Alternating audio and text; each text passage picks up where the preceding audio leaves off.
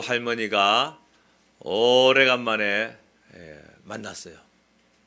할머니 한 사람이 물었어요. 어떻게 지내세요? 그래서 잘 지내고 있어요. 바깥 어른은 어떻게 계세요? 바깥 어른은 지난주에 상추 따러 갔다가 그만 죽으시오. 아이고, 그럼 뭐 먹고 지내시오? 어떻게 지냈어요? 그래서 내 손으로 깻잎 따서 먹고 지내요. 이게 무슨 말이냐?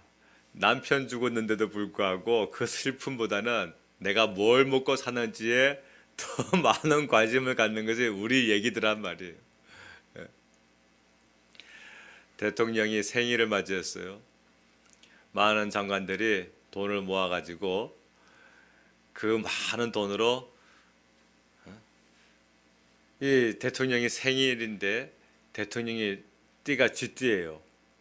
그래가지고 금으로 만든 쥐를 선물을 했어요. 그래 대통령이 장관들 고맙네, 고마워. 네 정말 이거 잘 보관할게. 그런데 곧 있으면 내 아들 생일이 다가오는데 우리 아들 생일은 소뜰세. 그만한 금 만들어 달라는 거죠. 이게 전부 다 받는 것에 익숙해진 사람들에게 경종을 울리는 말씀 아니겠어요? 받는 것에 익숙해진 사람이 되어서는 절대로 안 됩니다. 왜냐하면 안 받으면 서운해져요. 나를 안 챙겨주면 서운해지더란 말이죠. 옆 사람과 한번 인사합시다. 주는 것에 익숙한 사람 됩시다. 아멘. 성경은 주는 것에 복이 있다 합니다. 아멘입니까? 네. 왜 그럴까요? 아니, 받는 것은 이 땅에서 누리고 끝나버릴 거잖아요. 안 그렇습니까? 받는 것은 이 땅에서 다 끝나버리는 거예요. 근데 주는 것은 하나님께서 우리에게 갚아주심으로 영원한 대가가 있단 말입니다. 많이 주십시오. 사랑도 많이 주시고 물건도 많이 주시고 마음도 많이 주시고 용서도 많이 주시고. 줄 수 있다고 하는 것은 뭡니까? 내 안에 그만큼 있다는 거예요. 주지 못하는 것은 뭘까요? 없다고 생각하는 겁니다. 자기가. 여러분 줄 수 있기를 바랍니다. 어떤 사람이 새 자전거를 길거리에 세워가지고 막 닦고 있는 거예요. 그러니 그 옆에 한 아이가 지나가다가 그 새 자전거를 닦고 있는 아저씨를 보고서 한참 동안 물끄러미 쳐다보는 겁니다. 그러더니 아저씨 그 자전거 비싸요? 몰라. 이건 내 형이 나 생일 선물로 사준 거야. 그랬더니 그 아이가 나도 이런 자전거 사줄 수 있는 형 할 때에 우리는 보통 어떻게 생각합니까? 나도 이런 자전거 사줄 수 있는 형이 있으면 좋겠어요 라고 말을 할 거라 생각하겠죠. 근데 이 친구의 말은 전혀 달랐어요. 나도 이런 자전거 사줄 수 있는 형이 될 수 있었으면 좋겠어요. 내 동생은 심장병이 있어서 조금만 뛰어도 가슴이 아파가지고 이런 자전거는 탈 수도 없어요. 그때에 형한테 자전거를 받아가지고 기분 좋아하던 자기가 이 어린아이 앞에서 더 부끄럽더라는 거예요. 이게 과연 그 얘기만 뿐이겠어요? 우리는 교회 안에서 말씀이 뭔지를 아는 우리 성도들끼리 받을 때에 받기만 하는 자기 자신이 부끄러울 줄 알아야 돼요. 공감이 잘 안 되십니까? 받기만 하는 자기 자신, 줄 수 없는 자기 자신에 대해서 부끄럽고 수치스러움을 느껴야 됩니다. 왜 그럴까요? 아니 나보다 못한 이제 갓 신앙생활 한 사람도 저렇게 잘 섬기고 베풀고 나눠주고 희생하는데 도대체 나는 왜 이렇게 마음이 강팍해진 것일까? 도대체 나는 왜 이렇게 나눠주지 못하는 것일까? 내 안에 과연 은혜는 있는 걸까? 자기 자신 한번 돌아봐야 된단 말이죠. 누구든지 자 보세요. 넘치면 주는 거 아니겠습니까? 그죠? 줄 수 있다고 하는 것은 뭡니까? 은혜가 넘친다는 뜻이에요. 주지 못한다는 것은 뭘까요? 은혜가 넘치지 못하고 있다는 거예요. 자기 안에. 대화를 해보면은 많은 사람들이 내 안에 지금 은혜가 없다는 말을 합니다. 내 안에 지금 신앙생활을 하고 있는데 은혜가 없다는 말을 해요. 그게 과연 정말 하나님의 은혜가 없어서 내 안에 은혜가 없다고 말을 할까요? 아닙니다. 하나님 은혜는요 넘쳐요. 단지 내 마음이 그 은혜를 받지 못하고 있는 거예요. 자기중심적인 사람이 되어서. 하나님은 약속의 땅을 그들에게 주셨어요. 가나안 땅은 약속의 땅입니다. 언제부터요? 아브라함 때부터 이미부터 하나님께서 약속하셨어요. 이 땅을 내가 너와 내 자손에게 영원히 주리라. 그랬더니 그 약속을 그 아들 이삭에게도 그 약속의 땅으로 허락하시죠. 또 그 아들 야곱에게도, 그리고 그 다음 세대였던 모세 세대에도 이 가나안 땅은 내가 너의 모든 민족에게 다 줄 거야 약속하십니다. 그러더니 결국은 여호수아를 통해서 진짜 그 일을 실행하셨어요. 아하, 시간이 걸리는구나. 하나님의 그 주시마 하시는 그 약속은 시간이 걸리는 거구나. 그러므로 성경은 우리에게 뭐라 합니까? 인내를 온전히 이루라 그래요. 인내를.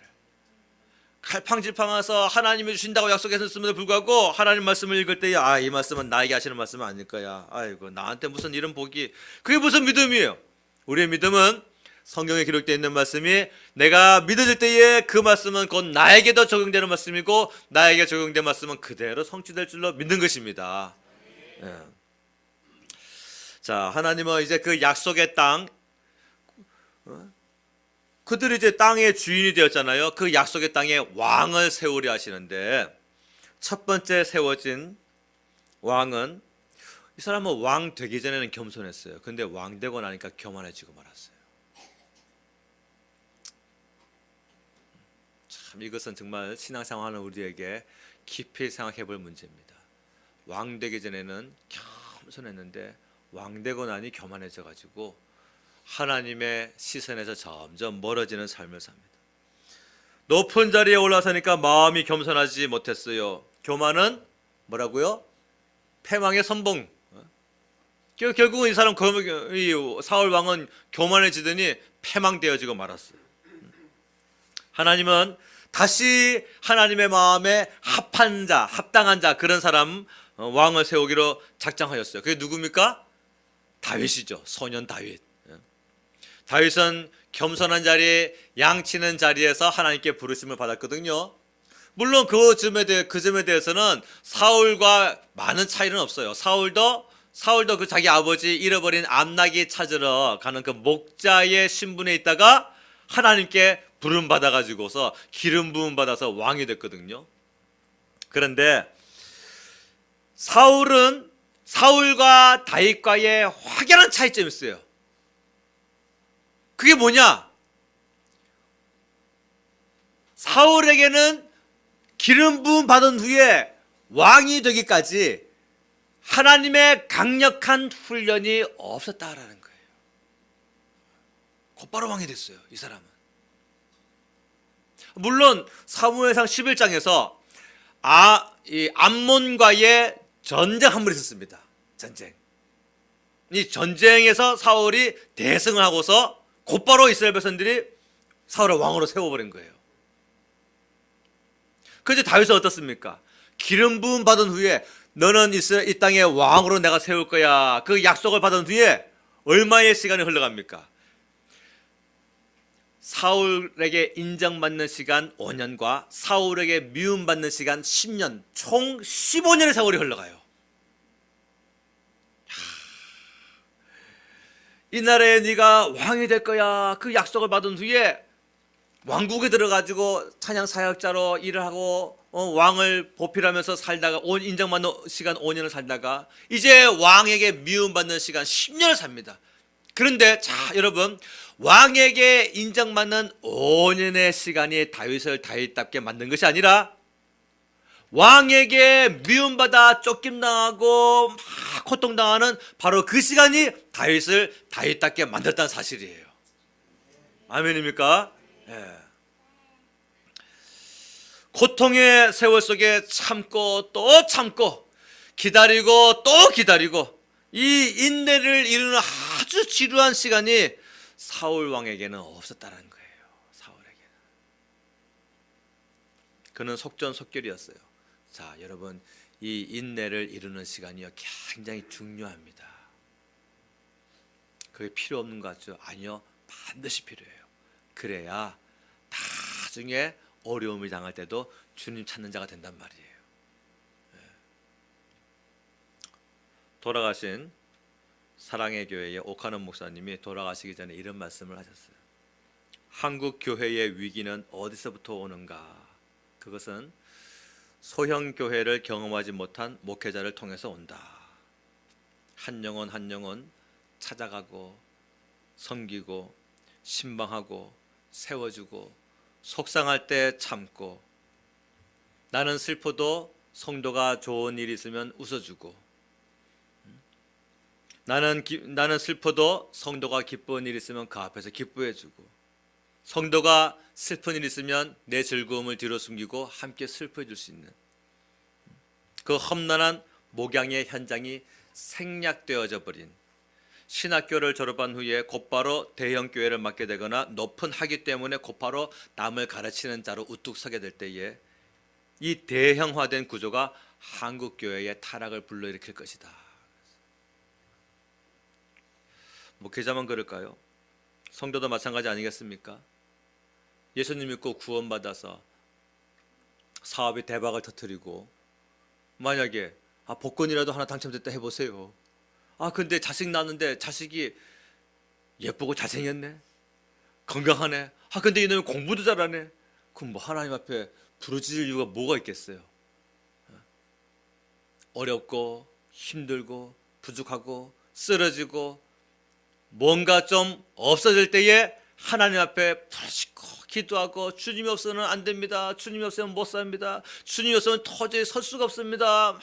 이 고통의 세월 가운데 하나님을 찾고 하나님을 부르짖고 하나님 앞에 우리의 삶을 드릴 수밖에 없는, 하나님의 책임지시지 아니하시면 내가 살 수 없습니다. 이 영적인 고백의 시간이 굉장히 중요한 시간이란 말입니다.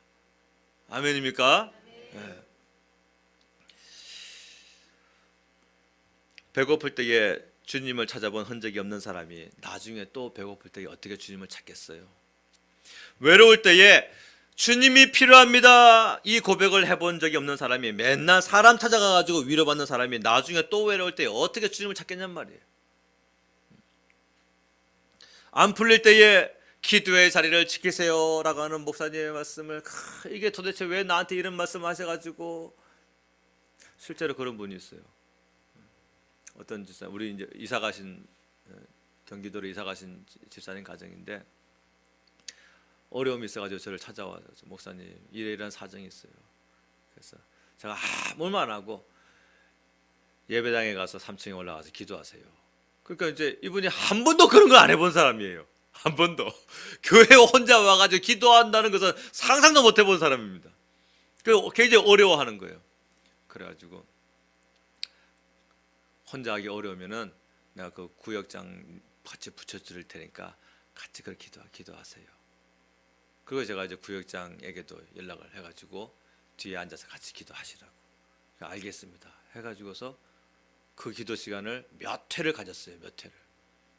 그 이사 가시기 전에 저한테 그 얘기를 해줍니다. 목사님, 처음에는 목사님이 교회 가서 기도할 때 참 힘들고 마음이 무겁고 처음에는 앉아가지고 기도가 안 나오더래요. 내가 여기 왜 앉아있나 생각만 가득 해가지고 돌아가고 했는데 그걸 몇 번 하고 하면서 나중에는요 통 것과 내 안에 있는 모든 막 이런 괴로운 영적인 괴로움들이 막 올라오는데 하나님 앞에 회개할 것은 굉장히 많이 회개했고 눈물 범벅의 기도를 시간을 가졌어요.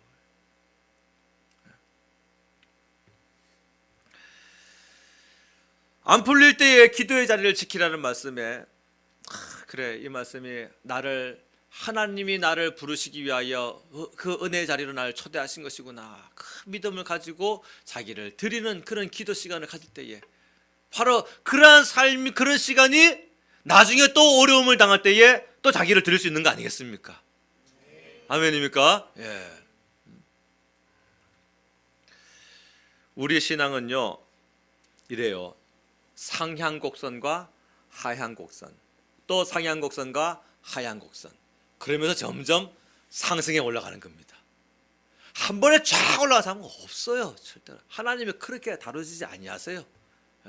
상승곡선이 있으면 하향곡선이 있고, 또 상승곡선이 있으면 하향곡선이 있고, 그래서 막 이 잘 풀릴 때는 내가 매일 기쁘게 술래기를 향하면서 하다가 이제 하향곡선을 이룰 때는요, 막 천부여 의지 없어서 손 들고 옵니다. 막 무너지고 빼앗기고 속상한 문제를 당할 때에. 근데 그 시간이요, 사실 자 여러분, 상향곡선을 그릴 때보다 하향곡선을 그릴 때 우리의 신앙이 더 단단하게 다져지게 됩니다. 건강 때문에 고통당하고, 재물 때문에 고통당하고, 사람 때문에 고통당하고, 직장 때문에 고통당하고, 이 여러 가지 환경 때문에 내가 막 어려움 당할 때 이 하얀 곡선을 잘 지내야 돼요. 이걸 잘못 지내면요, 아예 뚝 떨어져 버리더라고. 어떤 사람은 신앙을 아예 던져버려요.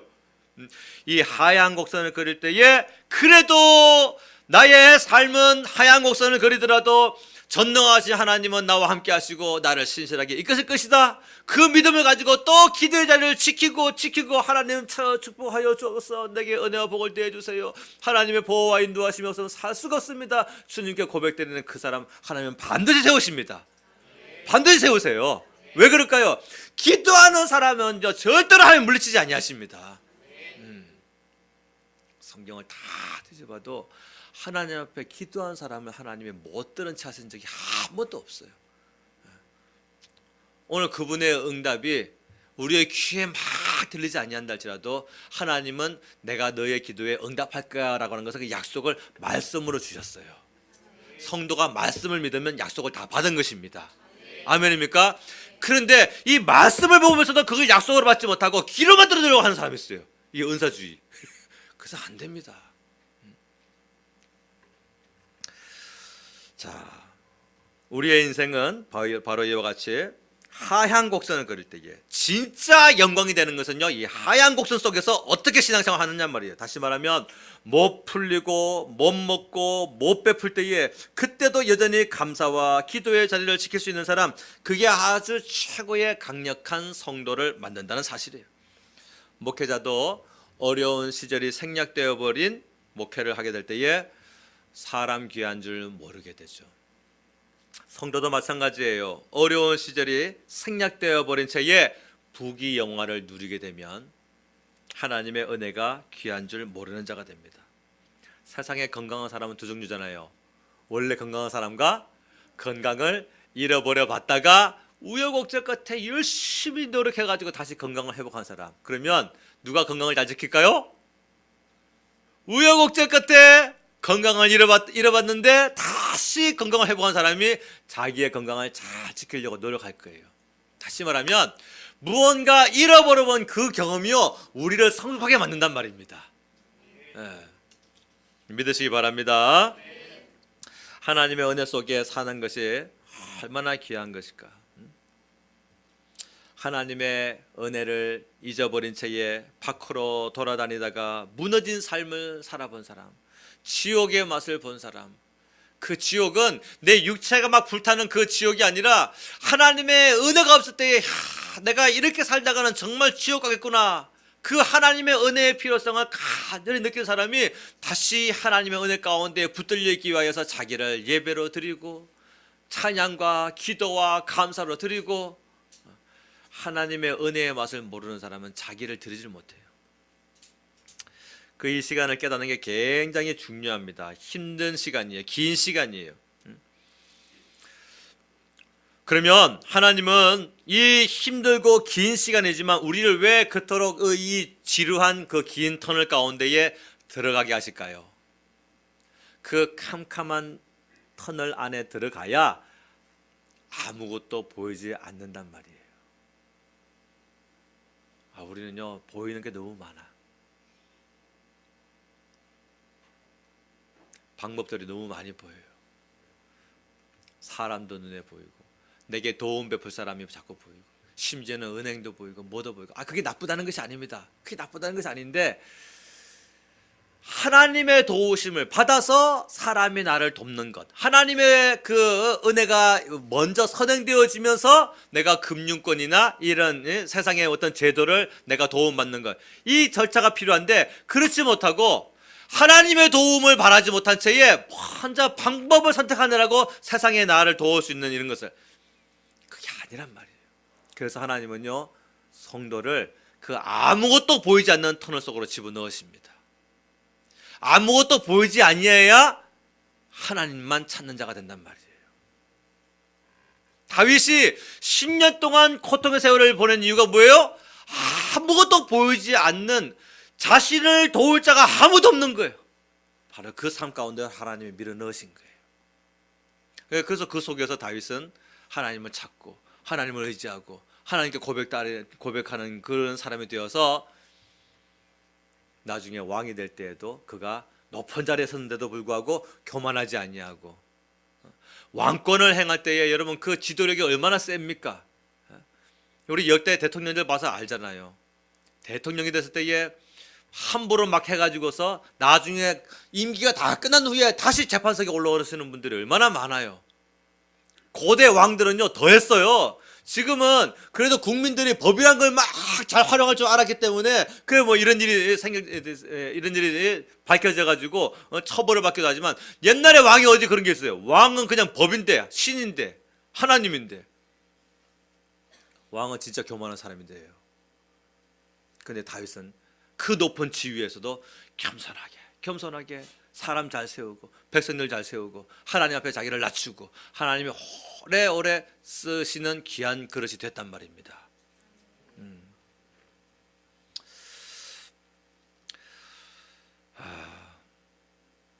사울은요 왕이 되고 난 후에 사람이 자꾸 눈에 들어와요. 사람의 모습이 자꾸 눈에 들어옵니다. 우리 바로 이 부분을 조심해야 돼요. 신앙생활 하면서 사람이 자꾸 내 눈에 들어오게 될 때, 백성들이 눈에 너무 많이 들어왔어요. 사울은 사람 자꾸 신경 쓰면요 그 사람이 나를 어떻게 생각할까 신경 쓰는 사람이 됩니다. 염려하는 사람이 된단 말이에요. 하나님의 내 모습을 어떻게 생각할까, 이거는 항상 두 번째고, 사람이, 성도가 나를 어떻게 생각할까, 이 부분은 자꾸 신경 쓰게 됩니다. 목회자나 성도나 사람 신경 쓰는 그 순간 그건 타락이에요. 벌써 그 타락이, 외식하는 신앙이 들어왔기 때문에 그래요. 사울은 백성들이 나를 왕 대접하지 않냐면 어떡하나, 항상 조바심 있는 사람이었어요. 그래서 사무엘상 15장에 보면은 자기가 하나님 앞에 범죄했잖아요. 그래가지고 사무엘이 이 왕 임금님 끝났습니다. 이제 하나님 다시 떠나십니다. 그러면 이제 회개해야 되는 거 아닙니까? 근데 회개가 안 나오네. 회개가 안 나오고 뭐랍니까? 내가 여호와께 범죄했을지라도 이 백성들과 장로들 앞에서 나를 높이사 제사 드릴 수 있도록 허락해 주세요. 백성들 앞에 나를 좀 높여달라는. 그게 뭔 소용이 있어요? 하나님 앞에 버림받게 됐는데 자기 지경이.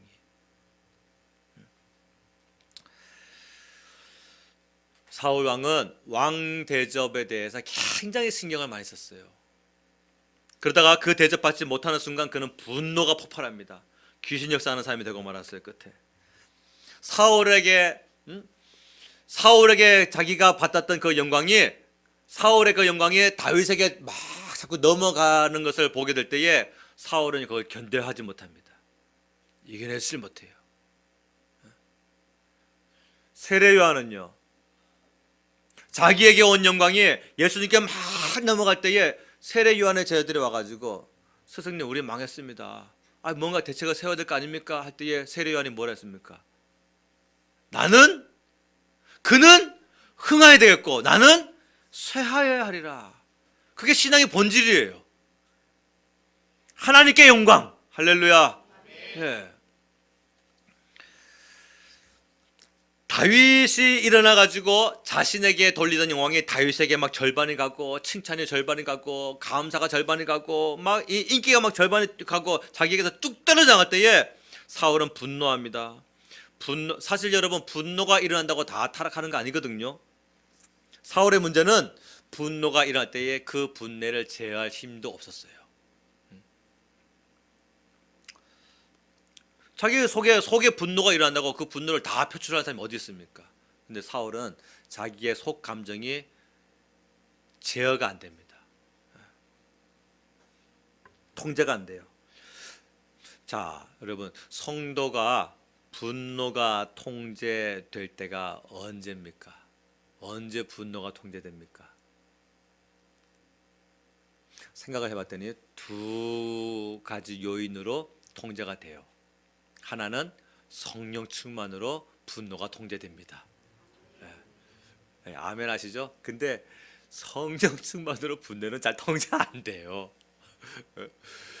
나 분노 통제됐습니다 라고 하는 사람 10명 딱 모였다 합시다. 진짜로 내 속에서 올라오는 분노가 바깥으로 표현 안 되고 또 딱 통제됩니다 하는 사람 10명 딱 모아놨다 합시다. 그러면 그 중에 단 한 사람, 나는 성령이 충만하여 분노가 통제됩니다 하는 사람 정말 딱 한 사람 있을까 말까고, 나머지 9명은 어떨까요? 하나님의 다루심 가운데 내가 분노했더니 사람이 떠나가고, 내가 분노했더니 뭘 잃어버리게 되고, 내가 분노했더니 자꾸 손해를 보게 되고, 무언가 그런 하나님의 다루심 가운데 아픔을 통해서 분노해서는 안 되는 거구나, 이렇게 자기의 속이 닳아져 없어져 감으로 말미암아 분노가 통제되는 사람이 더 많단 말이에요.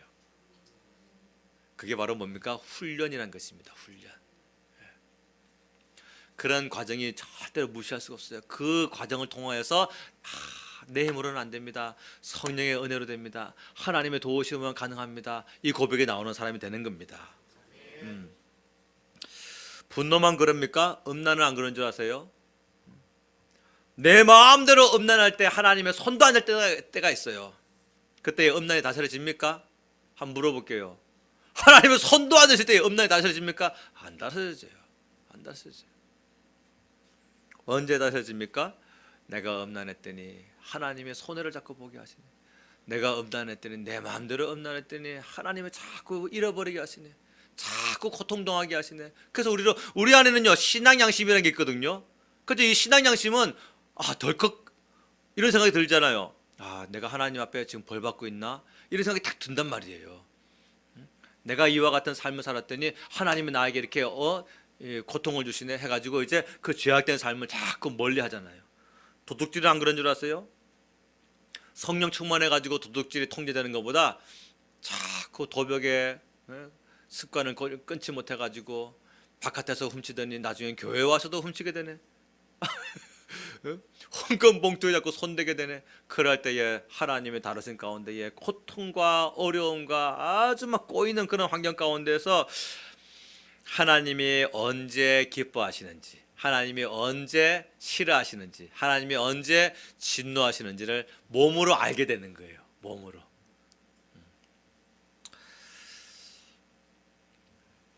우리는요, 행위로 보면 전부 다 죄인이에요.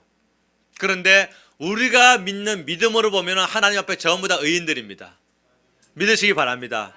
이건 왜 그렇게 해야 됩니다, 왜 그렇게 믿을 수밖에 없습니다 이 설명할 필요 없어요. 하나님의 말씀이에요. 행위로는 우리 전부 다 죄인이에요. 한 사람도 행위로는 의인이 될 수가 없습니다. 그런데 우리가 믿는 예수 그리스도를 말미암아 우리는 전부 다 의인들이에요. 아멘입니까? 예. 이게 마음가운데 완전히 믿어지기까지 하나님 앞에 믿음을 달라고 기도하십시오. 예. 그래서 못 풀리고 못 먹고 잘 못 되는 이 시간이 굉장히 중요한 시간입니다. 이것만 잘 지나고 나면요, 그 사람은 하나님의 다루심 가운데에서 하나님의 이 마음의 연합한 자가 점점 되어져 가는 거예요. 만약에 내가 지금 죄를 지어도 물론 하나님의 무관심, 내가 방탕을 해도 범죄를 해도 하나님의 무관심, 그러면 버린 자라 그래요. 성경이에요. 히브리서 12장 8절에 징계는 다 받는 것이오늘 너희에게 없으면 사생자여 친아들이 아니니라. 그러니까 내가 지금 무너진 삶을 사는데 내 안에 은혜도 없고 감사도 없고 나는 자꾸 세상으로 흘러가고 있는 것 같은데도 하나님의 다루심이 없다면 우리는요 부르짖고 기도해야 돼요. 기도해야 돼요. 사울은 기름 부음 받은 후에 전쟁 한번 하고 곧바로 왕이 된 사람입니다. 다윗은 기름 부음 받은 후에요 전쟁도 참 많이 했지만 승리도 참 많이 했지만 그걸로 바로 곧바로 왕이 되지 않았어요. 하나님 그렇게 세우지 아니했어요. 15년이라는 시간을 고통과 어려움 가운데 보내게 하십니다. 하나님 앞에서 철저히 고독한 시간이에요. 그 10년은 너무너무 고독하고 외롭고 힘들고 세상에 나 혼자 딱 떨어진 것 같은 그런 고통의 세월입니다. 그런데 그 고통의 세월을 하나님을 의지해서 다윗은 점점 대단한 사람이 되어가는 거예요. 그것은 다윗의 주변에 600명이 있던 없던 상관이 없었어요. 다윗에게. 왜요? 사울의 문제를 그 600명을 한 번도 의지하지 않습니다. 다윗은요. 그렇죠? 다윗에게 사울을 죽일 수 있는 절호의 찬스가 2번이나 왔거든요. 그리고 신하들이 뭐라 합니까? 죽입시다. 끝내버립시다. 이제 이 도피 생활, 이 지겹고 지겨운 생활 이제 그만합시다. 할 때에 다윗의 위대함은 그걸 인간적인 방법으로 풀지 않았다는 거예요. 그리고 하나님이 하시리라 하고 맡겼단 말이죠. 다윗은 자기와 함께한 자가 600명이든 60명이든 6명이든 상관하지 않았어요. 자기는 외롭고 힘들고 고통에 세상에 뚝 떨어진 삶 같았지만은 자기를 주님께 맡깁니다. 드립니다. 주님을 의지합니다.